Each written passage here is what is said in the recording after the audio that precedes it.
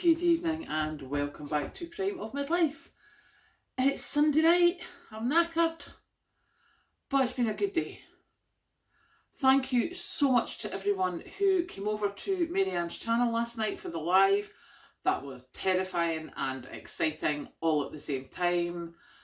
We did have some technical glitches, so if you're watching the replay, I think you have to get to about 30 minutes in and then it seems that we've got it sorted.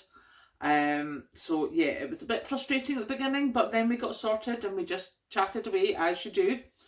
So thank you so much to everyone who has come on there, who came over to the live and who's watched it since. That is much appreciated and very, very exciting. So tonight I just thought I would talk. I've got no clue where I'm going with this. But as you may have noticed, when I was chopping the carrots today, I got a tad irked, shall we say. And I was just not impressed at all at the length of time it takes to chop some carrots. Now, yes, people have said you're using the wrong knife, there's a way of doing it. Yeah, but that was what I was doing at the time. And poor Patrick came in. Bless him. He came in just as I had put them in the microwave to blanch, and I was grumpy. Like proper grumpy. And he came in and he's like, how you doing? And I was like, how am I doing? Carrots. I'm done with carrots. I'm done with this veg. What is this about? And he's like, whoa, what have I missed? Like, carrots take too long to prepare. And that was my thing. So yeah, so he's sort of like, okay, do you want to go and sit down? I was like, no, I've still got this to do, I've got that to do. I was like, right, okay. So we had a cup of tea and a biscuit. Well, no, actually, we had a cup of tea and a lawn sandwich. And then I had a bit of a restful time, which was good. And Marianne sent me the video of the live so that I could upload it in the channel. And I was supposed to go and cook the mince, which is just about to go in the freezer because I didn't cook the mince. However, you may vaguely remember I said I did a sausage casserole in the slow cooker last night. Yeah, guess what was for dinner? Because I just was not up for cooking. And it was only an imaginary canary, thank you. It said, obviously it wasn't the carrots that was in your head, but, you got this, you're going to get through it. And Patrick sort of looked at me and he's like, well, he said, I thought it was carrots. I said, well, it was. I said, but I was so annoyed at the time the carrots was taking me. And I had so much still to do to get ready for going to work tomorrow, to get ready for the week ahead.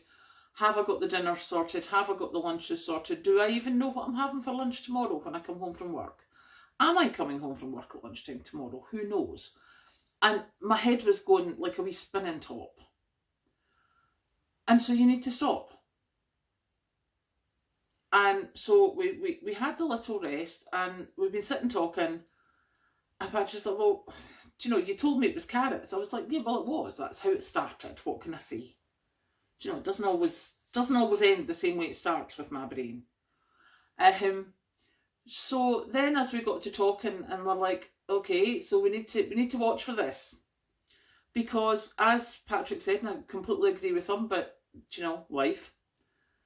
I work Monday to Friday, 8 till 5. I do the radio show on Saturday.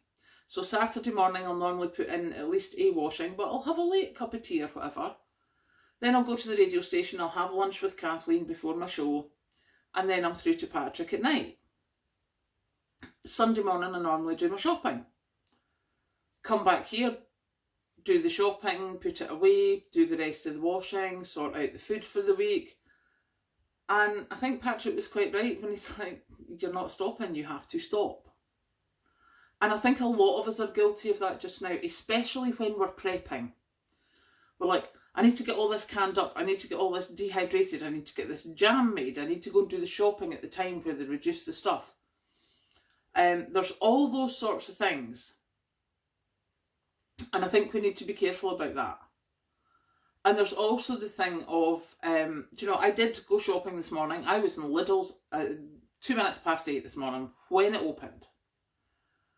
And I got a whole load of reduced stuff. Now, normally I would do a haul. Today I didn't do a haul because I had dropped it all off before I even got home.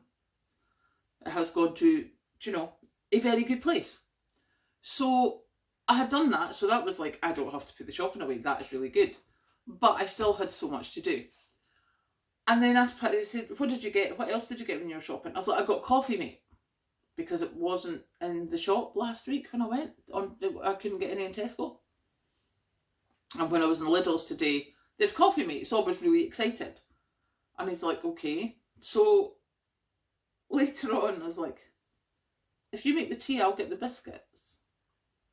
He's like, well, biscuits?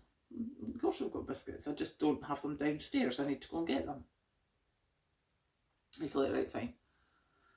And then we're again, you know, with the talk about the shopping, it's like, well, what did you get that was nice? I was like, well, nothing. I got stuff that I need. And he's like, yeah, but you have to remember, he said, you're working hard, you're sorting out your mum, you're sorting out Kathleen, you're doing the radio, you're doing the prepping. You have to have something nice. You have to have a treat. Whether it's a hot bath, whether it's a bath bomb, whether it's chocolate biscuits. Only you know what that treat can be. And even sometimes if you don't have the money for a treat, you can treat yourself to some time. And I think as this situation is going to get worse over the next 6 months, we all need to work out what that little treat's going to be. Be with me a second, because oh goodness gracious. That's what happens when I talk too much. But yeah, there will be something you can do. Whether it's sitting doing your nails, as I say, having a hot bath, sitting with nice paper and a pen, writing a letter to someone, sending a card, anything like that. We all need to take time. And I would say probably about